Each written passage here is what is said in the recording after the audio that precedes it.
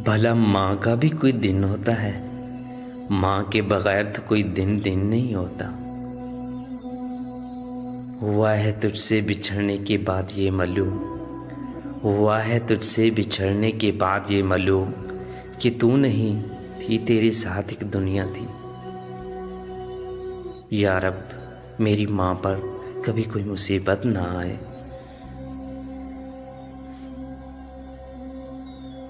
शर्त लगी थी दुनिया को, शर्त लगी थी दुनिया को एक लफ्ज़ में लिखने की।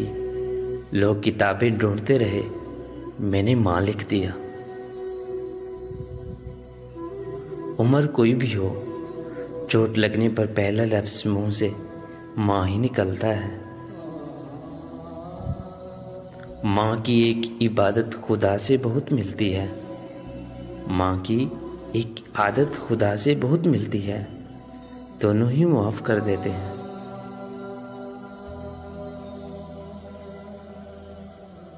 तेरी खुशबू नहीं मिलती, तेरा लहजा नहीं मिलता, हमें तो शहर में कोई तेरे जैसा नहीं मिलता। जो माँ से महरूम हो जाते हैं वही बता सकते हैं कि उन्होंने क्या खोया और ज़िंदगी के मुहाने उनके लिए कैसे तब्दील हुए।